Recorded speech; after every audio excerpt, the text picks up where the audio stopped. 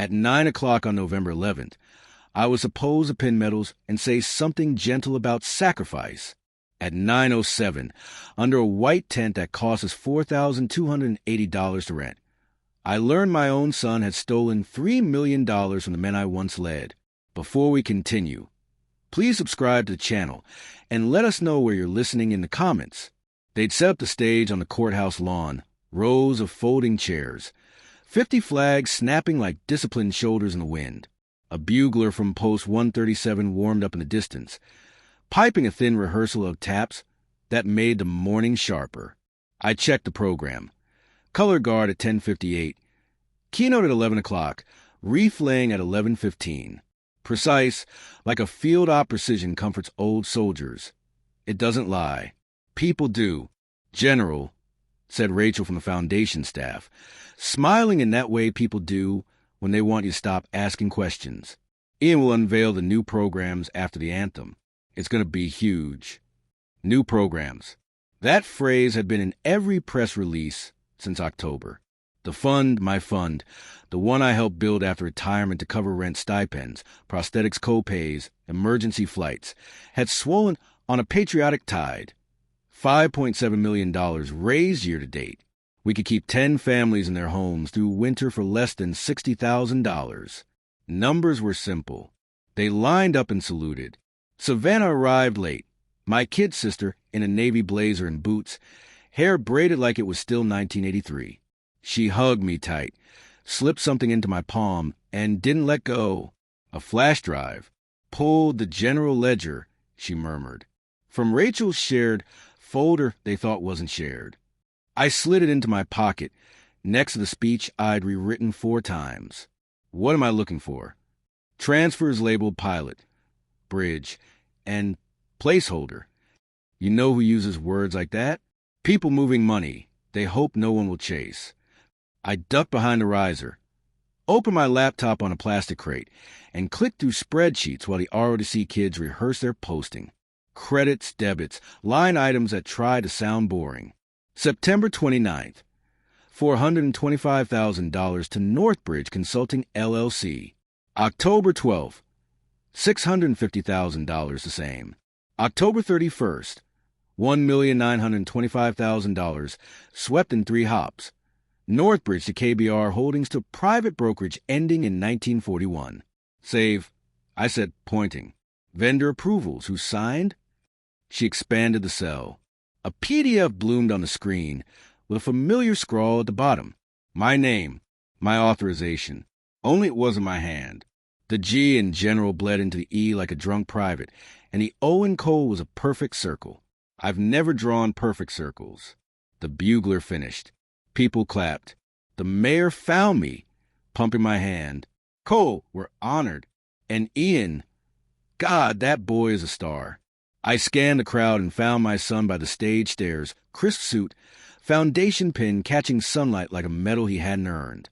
He saw me and smiled. That boyish, camera-ready grin I used to believe. He took the mic for the welcome, voice warm as a front porch in summer. Today we announce a slate of new programs that will transform veteran care in this county. Savannah's phone buzzed. She blanched.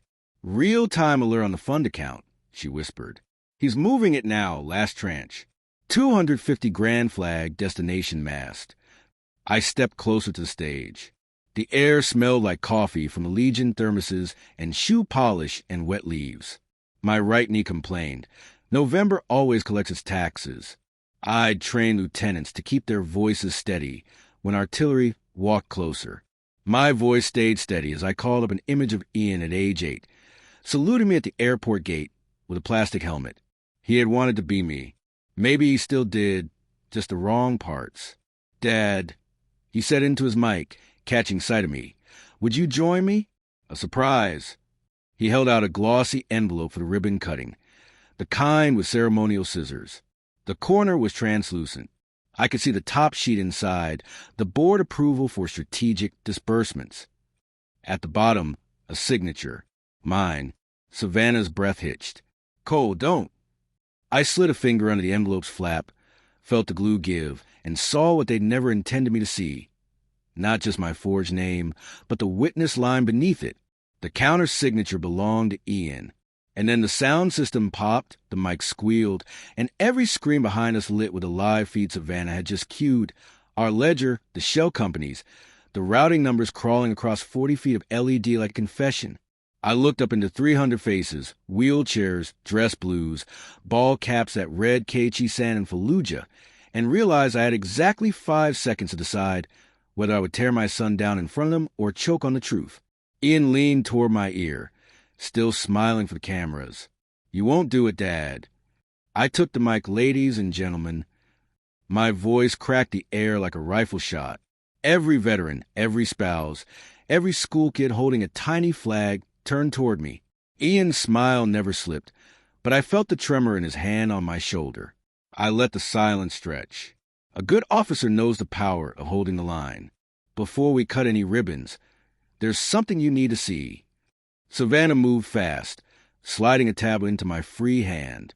It was a live feed from the screens, our ledger in black and red, transfers marching down the columns like soldiers gone AWOL. The audience murmured, confusion at first, then sharper tones. Ian leaned in, whispering through his teeth. "Shut it down, Dad. Now!" I kept my eyes on the crowd. $3 million meant for these men and women has been moved to shell companies. Without board approval. Without my approval. The mayor's face drained of color. Rachel from the foundation froze, hands clutching her clipboard like it might shield her. Ian tried to laugh it off. "This is a misunderstanding. A technical glitch." Savannah cut him off, stepping up the mic. "The only glitch here is the one in your moral compass." She tapped her phone, and a second set of documents flashed up, emails between Ian and a consultant, detailing strategic reallocations and liquidity events. The veterans in the front row leaned forward, some muttering curses. A Marine in dress blues shook his head slowly. Ian's smile finally cracked. "Dad, this isn't the place." "Where else?" I asked. "You took their money in daylight. You'll answer for it in daylight." Security shifted at the edges of the crowd. I could see movement by the vendor tents. 2 men in dark coats, eyes locked on the stage. Not local cops. Not ours. Ian followed my gaze, and his color drained. "You don't understand." "Then make me," I said. He glanced at Savannah, then at me, and for the first time I saw fear instead of arrogance. "It's not just me in this, Dad. If you keep going, they'll come for all of us." Before I could ask who they were, one of the men in coats lifted his sleeve just enough for me to see the black polymer grip of a pistol. The other was speaking into a mic clipped to his lapel. The bugler started taps, again, off cue jarring, and the crowd turned instinctively toward the music. In that instant, Ian stepped back on the mic, raised both hands in mock surrender, and said into it, loud enough for everyone to hear, "Fine, I'll tell them everything." And then the power cut out. The lights vanished, plunging the stage and the crowd into a heavy, unnatural darkness. The flag stopped snapping in the wind. Even the bugler's notes died mid-phrase. For a moment, the only sound was the shifting of boots on grass. My instinct kicked in, years of knowing that when visibility goes, danger comes next. Stay close. I barked to Savannah, my hand finding her arm. Somewhere in the dark, Ian's voice rose, strained. "Dad." Then a scuffle, the hollow thud of a body hitting the wooden stage.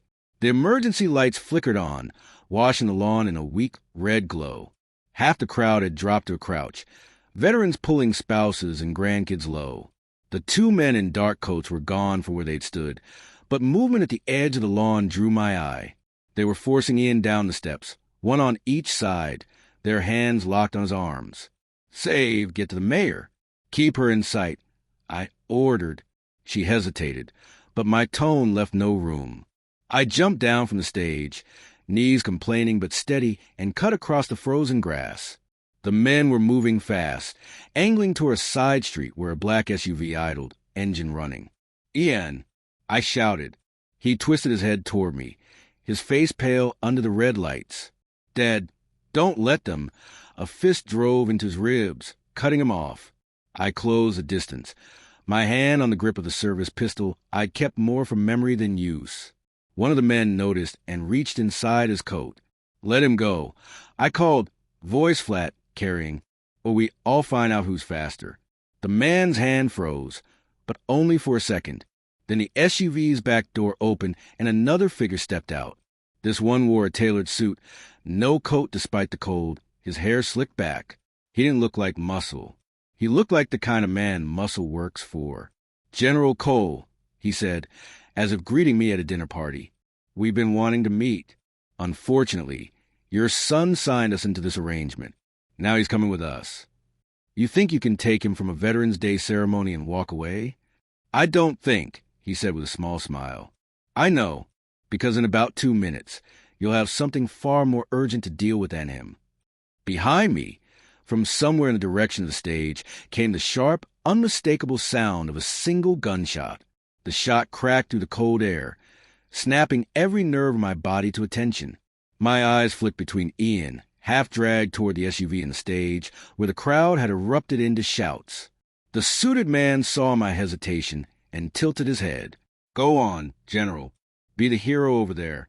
We'll be gone before you get back." He wasn't bluffing. The dark-coated man had Ian halfway into the vehicle already. My instinct screamed to go after him, but another scream from the lawn cut through the decision. "Savannah!" I spun toward the stage. Veterans in dress uniforms were forming a loose perimeter, pushing civilians toward the courthouse steps. People shouted about someone being hit, about blood. I ran, weaving through the scattering crowd, boots slipping on frost. Savannah was near the podium, crouched beside a man sprawled on the ground.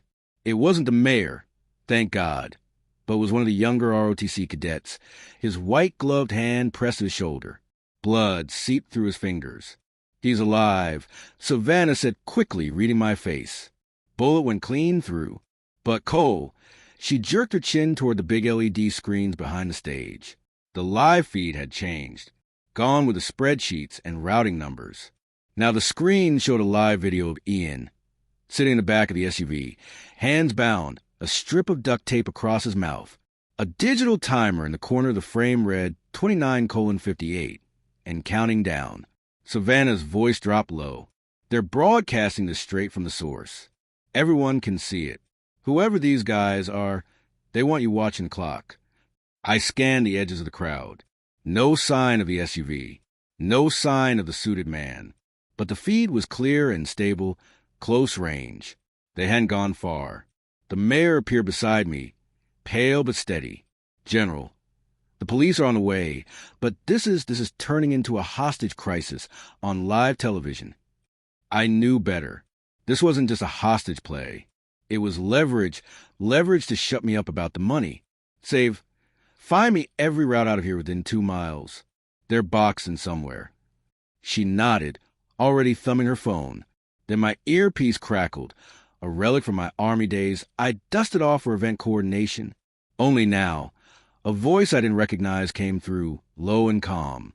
"General Cole, you got 30 minutes to decide how much you value your son's life and how much you value the truth." The line went dead, leaving only the countdown on the giant screen. 29:12. I've seen timers before, on missions, in training scenarios, in bomb disposal drills where one wrong move ends careers. But I've never seen my own son framed in the corner of one. I pushed through the knot of people still clustered near the stage. "Savannah!" "Routes." She kept pace beside me, phone in hand. Only 3 ways out without hitting main roadblocks. East down Franklin, north through the industrial park, or the old quarry access road, though that one's barely drivable.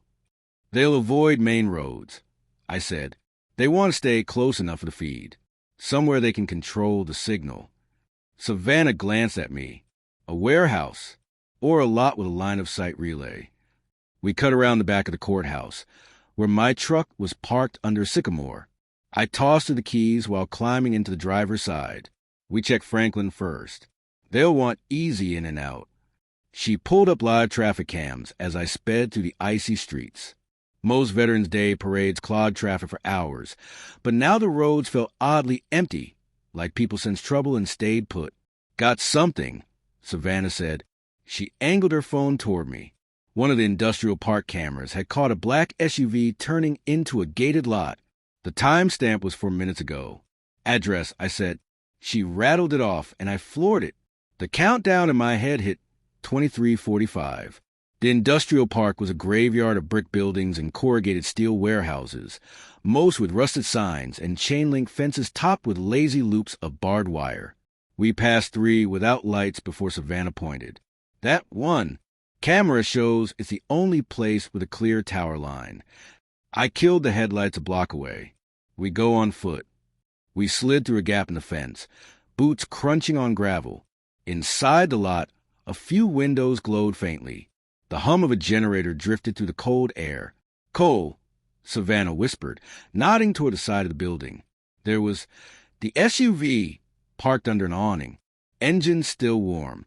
I moved closer, keeping low, and peered inside. Empty. No, Ian. Inside, I said. We found a side door cracked open. I eased it wider, revealing a long hallway lit by a single flickering bulb. At the far end, a double set of steel doors. The faint sound of voices leaked through, one deep and slow, another muffled like someone speaking through tape. I drew my pistol. Savannah slipped behind me. We reached the doors, and I pressed my ear to the cold metal. 20 minutes left, the deep voice said, "If he doesn't call, we finish this our way." A second voice answered, low but clear enough to chill me. It was Ian. "He'll call. Trust me, he always calls." I shoved the door open, ready to level the pistol, and froze. Ian was sitting in a chair, hands free, no tape. Across from him sat the suited man from the fair and a laptop, showing a live feed of me and Savannah standing in the doorway. The glow of the laptop cast a cold light over the room. My own image stared back at me, frozen mid-step in the doorway, like I just walked into my own surveillance footage. Ian leaned back in his chair, legs crossed, perfectly at ease. "Right on time, Dad." Savannah's voice was tight. "What the hell is this?" The suited man rose slowly, buttoning his jacket. "A meeting, General, one we've been waiting for." I kept my pistol steady.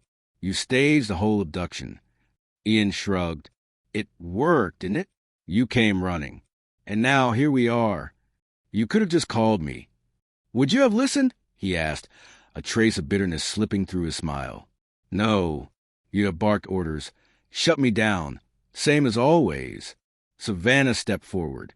"You forged his signature. You stole from the fund. That's not a misunderstanding. That's a crime." The suited man raised a hand, almost lazily. "Let's not get lost in the small print. The transfers are complicated. Money moves, yes, but not without purpose." "Purpose?" I snapped. "You drained 3 million men for men who came home broken." Ian's eyes flicked to the man beside him. "Tell him." The suited man smiled thinly. "We're funding a private security network, one that answers to no government. Veterans will have guaranteed work, protection, resources, no red tape, no bureaucracy." "That's not what the donors paid for," Savannah said. "They'll get results," he replied, "more than they would from your parades and speeches." I took a step closer, lowering my voice. "And what's your cut?" His smile didn't fade. "Everyone gets paid, General, including your son."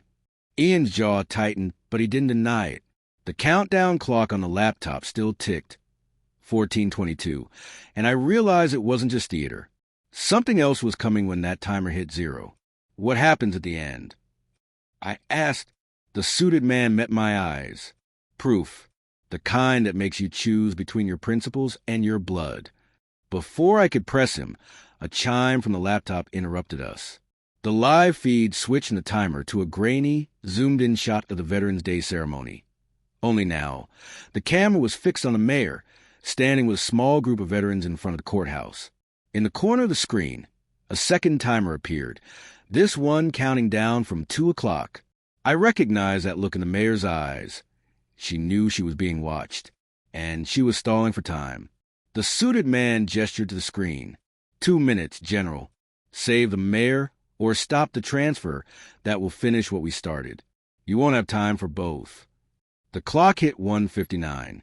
Every instinct I had screamed at me to move, but which way? Toward the courthouse lawn where the mayor stood under the camera's gaze, or toward whatever terminal They were using to push the final transfer. I looked at Ian. Tell me where the transfer is going. He smirked.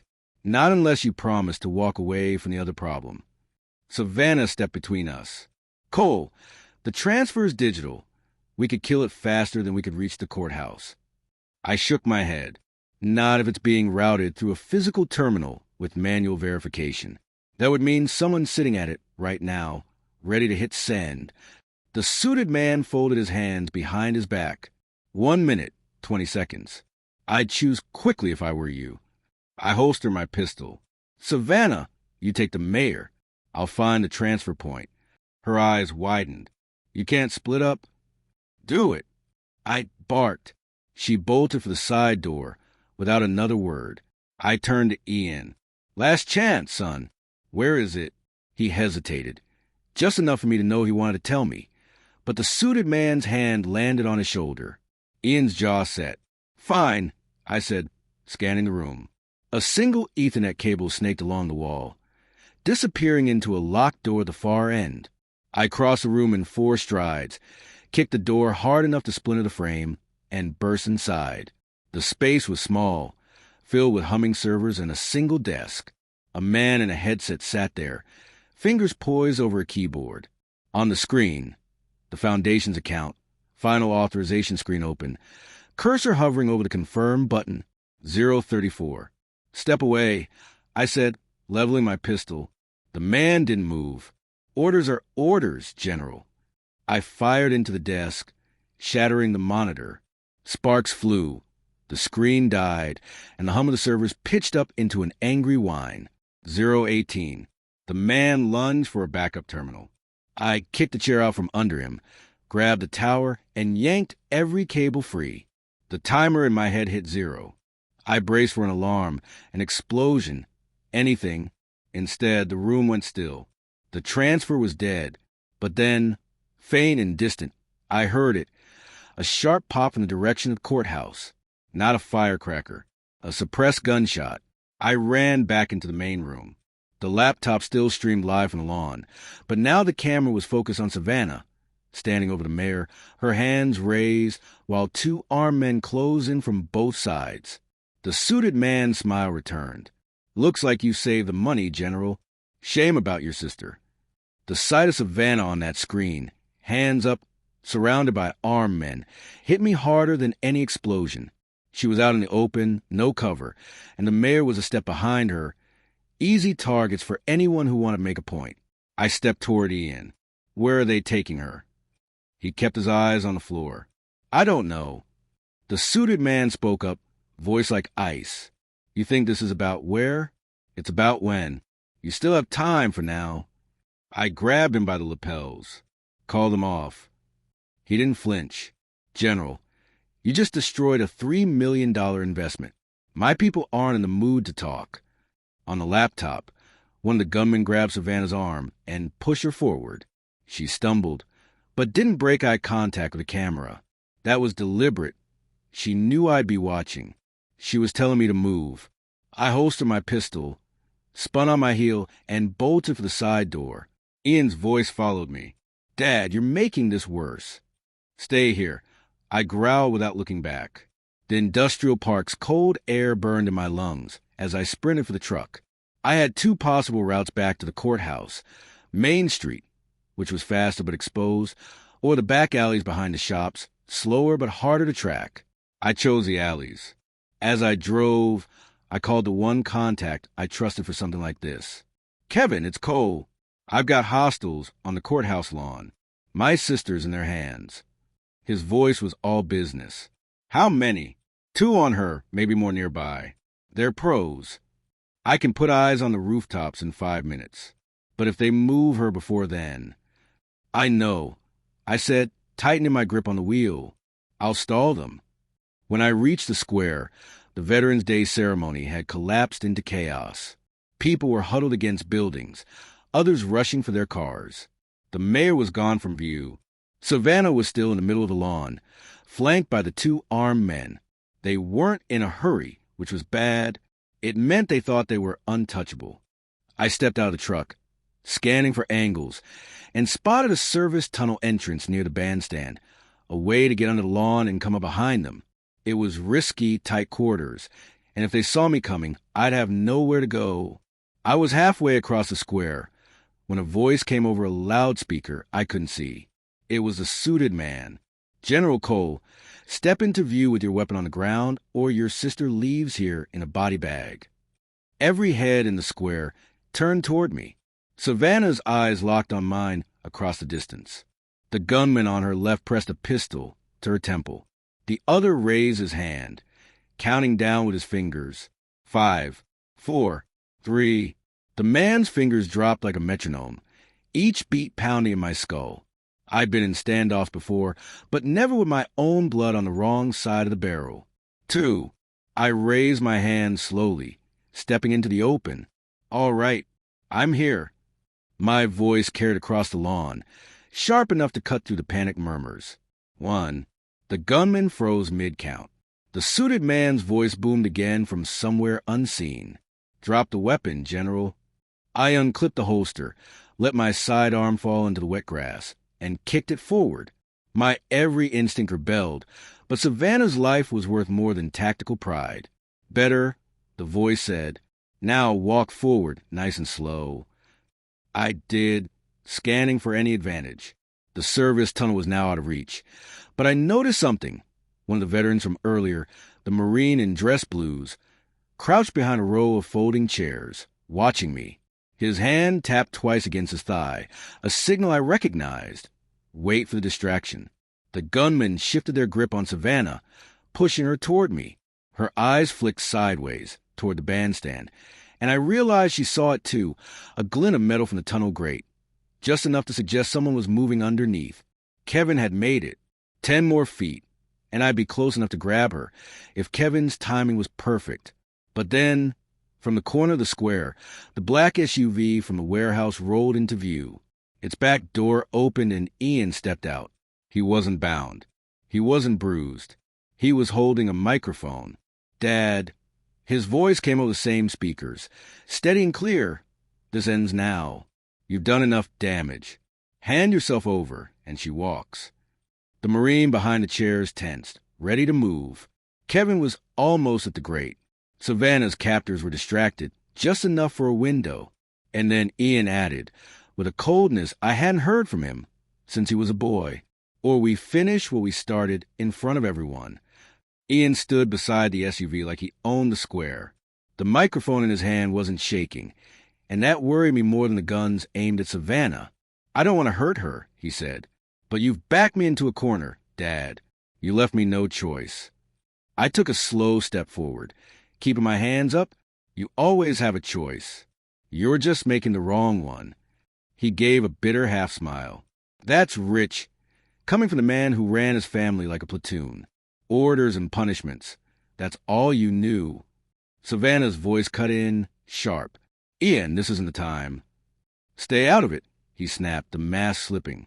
"You've been feeding him his ammunition for months." The suited man's voice came again over the loudspeaker.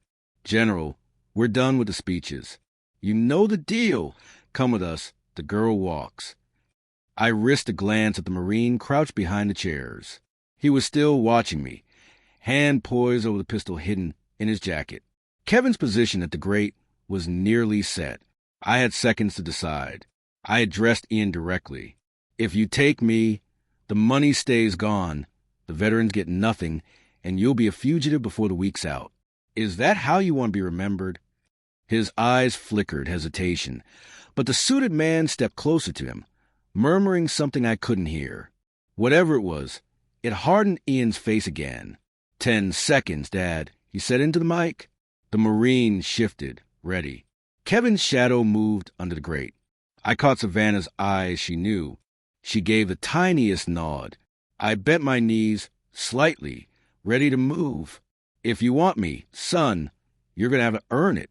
The suited man's voice rose. "Now!" The Marine sprang up, drawing his pistol. The gunman on Savannah's left swung toward him, and in that split second, Kevin burst in the grate, grabbing the other's weapon hand. Shots rang out, 3, maybe 4. People screamed. When the chaos cleared enough to see, Savannah was gone from between the two gunmen. So was Ian. I scanned the square, adrenaline pushing the edges of my vision into a tunnel. The Marine was down on one knee, returning fire toward the SUV as it peeled away. Kevin was pulling a wounded gunman toward cover. Savannah was nowhere in sight. "Savannah!" I shouted, but the roar of the SUV's engine drowned me out. Kevin pointed toward the north alley. Two hostiles took her that way. Looked like they were hurting her, not dragging. Ian's with them. I sprinted in that direction, weaving through toppled chairs and scattering civilians. The alley was narrow, lined with dumpsters and delivery doors. Halfway down, a side door slammed shut. I hit it at full speed, shoulder first. It gave way into a dim loading bay that smelled of oil and cardboard. My footsteps echoed as I moved deeper, pistol ready. Voices ahead, Ian's and Savannah's. "Don't do this," Savannah said. "I'm fixing it," Ian replied. "You just don't see the bigger picture." I rounded a stack of crates and saw them. Ian stood beside Savannah, one hand gripping her arm, the other holding a small black case. Two more armed men flanked him. The back of the loading bay was open to the street, where a second SUV idled. I said, voice low, controlled, "Let her go. You can walk away from this." He shook his head. "It's too late. The deal's done. This," he lifted the black case, "is the only way to make sure it's worth it." "What's in the case?" "Proof," he said simply. "Proof that will burn everything down if you try to stop us again." One of the gunmen glanced toward the street. "We need to move." I took a slow step forward. "You think these people will protect you? They'll use you until you're nothing, and then you'll vanish." Ian's jaw tightened, but he started backing toward the SUV with Savannah in tow.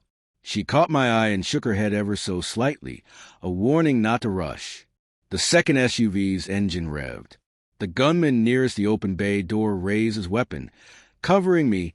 I was calculating angles when the sharp crack of another gunshot split the air. Not from me, not from them. The bullet hit the ground between Ian's feet, sending concrete chips into the air. From somewhere above, a voice rang out. "Drop the case, or the next one won't miss." The voice from above echoed off the corrugated steel walls, steady and precise. It had the cadence of someone who'd made more than a few life-or-death ultimatums. Ian froze mid-step, the black case still in his hand. Savannah used a moment to twist slightly out of his grip, but the gunman on her side yanked her back. I glanced upward, on the catwalk that ran along the loading bay's ceiling.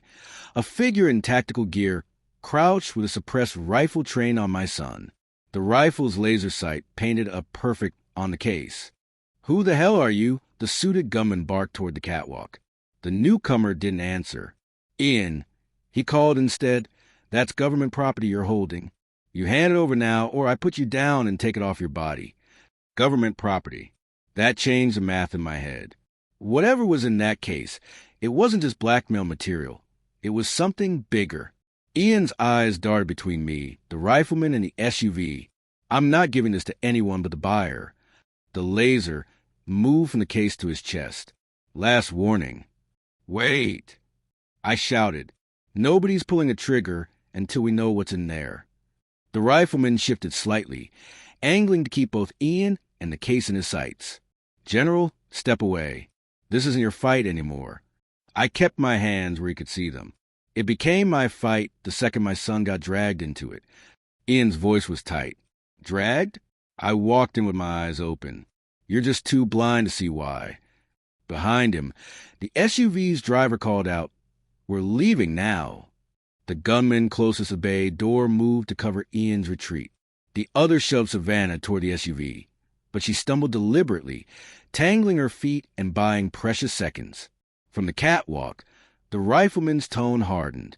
"This is your last chance, kid. Give me the case." Ian looked right at me, his expression unreadable. Then, in one quick motion, he tossed the case, not to me, not to the rifleman, but to Savannah. She caught it awkwardly, eyes wide. The gunman beside her swore and reached for it, but she spun away, clutching it to her chest. The rifleman adjusted, laser sight, snapping to her. "Ma'am, put that down." I stepped forward, placing myself between Savannah and the rifle's line. She's not your target. From above, the rifleman's voice lost its patience. Then you are. I saw his finger tighten on the trigger, and the bay went dark as the power cut out again. When the power died, the warehouse plunged into absolute black. The hum of the lights vanished, replaced by the shuffle of boots and a metallic click of weapons being readied. "Savannah, move!" I hissed. I grabbed her arm and pulled her toward the crates, the case still clutched tight to her chest. A shot cracked in the dark, suppressed but close. Something heavy hit the floor. No way to tell who'd been hit. The SUV's engine roared to life. Headlights cut across the bay for an instant, catching shapes in frozen tableau. Ian halfway to the open door, one gunman covered his retreat, the other down on one knee. The light vanished again as the SUV rolled backward, blocking the view. "Don't lose that case," I whispered Savannah. "I'd rather lose my arm," she muttered back. We edged along the crates, trying to reach the side exit, but the sound of boots closed in from both directions. Whoever killed the lights was moving fast, and not necessarily on our side. Then I heard the rifleman's voice from somewhere above. "Cole, toss me the case. I'll get it out." "Not happening." I called back. Another shot rang out, splintering the crate above our heads. Dust rained down. Savannah tightened her grip on the handle. From front of the bay, Ian's voice cut through the chaos. "Dad, if you walk away now, I can make this all disappear.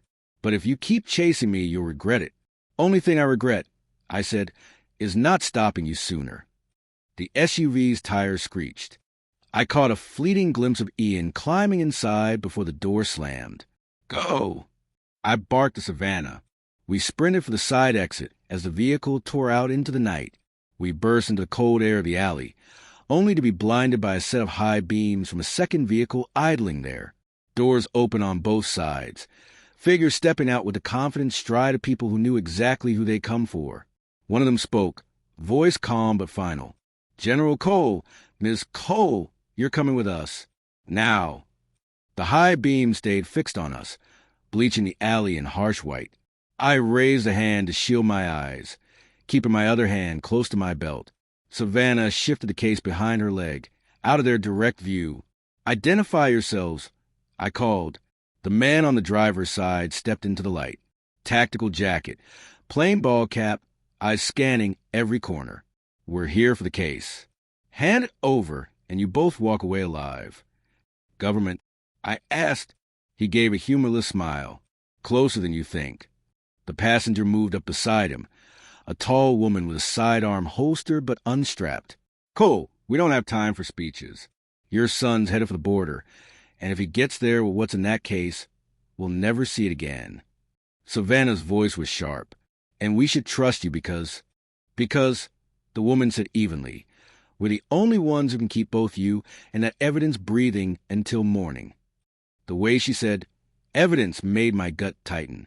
They knew what was inside, and they weren't about to explain it. I kept my stance loose, ready to move. "Not happening. We keep it until I get my sister and son out of this alive." The man's expression hardened. "That's not on the table." He nodded to someone still inside the vehicle.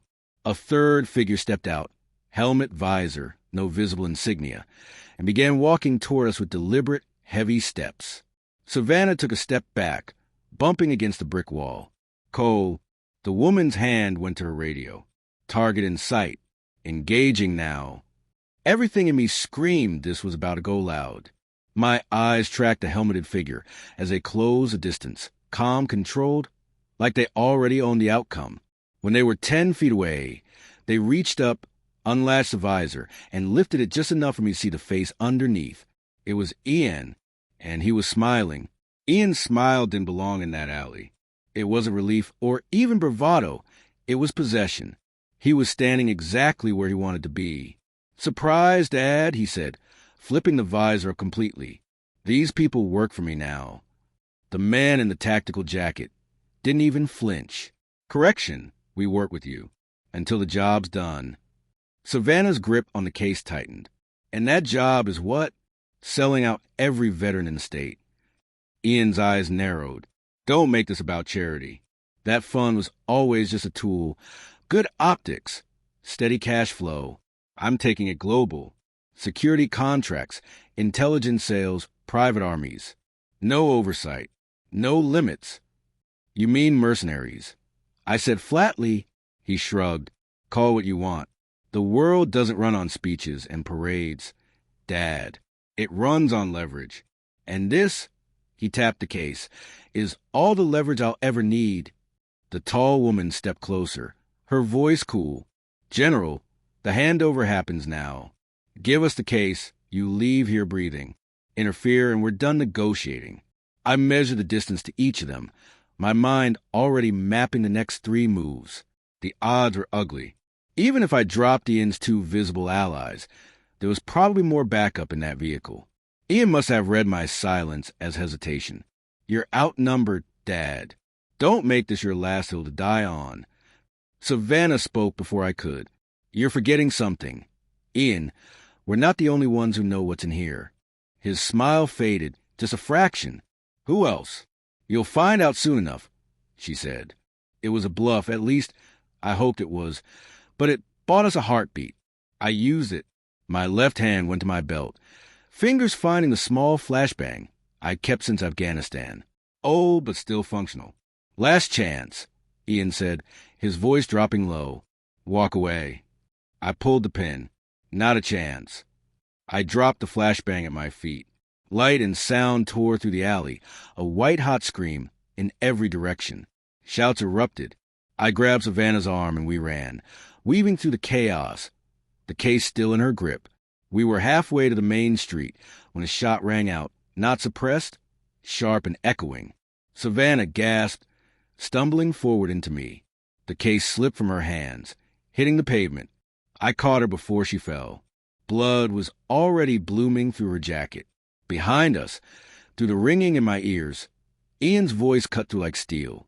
Leave her, Dad, or the next one's for you. Savannah's weight in my arms was heavier than anything I'd carried in combat. Her breath came ragged, shallow. The crimson stain on her jacket was spreading fast. I pressed my hand over the wound. Stay with me, I murmured. She managed a faint smile. I'm not leaving you with him. Behind us, Ian's boots crunched on gravel. You have 10 seconds to step away from her and hand me the case. I looked down. The black case lay between us, inches from my knee. In that moment, it wasn't just a piece of evidence. It was the beating heart of everything rotten that had poisoned my son. I eased Savannah against the wall, my hand never leaving her wound. You're going to be fine, I told her. I hoped my voice didn't betray the doubt in my chest. Standing, I turned to face Ian. He was flanked by the tall woman and the man in the tactical jacket, weapons drawn but steady. His eyes were hard, but there was a tremor in his jaw. Anger, fear, maybe both. You want the case? I said, come take it. He stepped forward, hand out. That's when Kevin's voice rang out from the mouth of the alley. Move, Cole! A flash of motion. Kevin and 2 other veterans emerged from the shadows, rifles raised. The suited allies Ian had brought hesitated just a fraction too long. That was all we needed. I kicked the case toward Kevin, who caught it clean and swung it behind him to one of his men. Get it to the mayor, now! Gunfire erupted, deafening in the narrow space. I dropped low, dragging Savannah behind a dumpster as bullets sparked off brick and steel.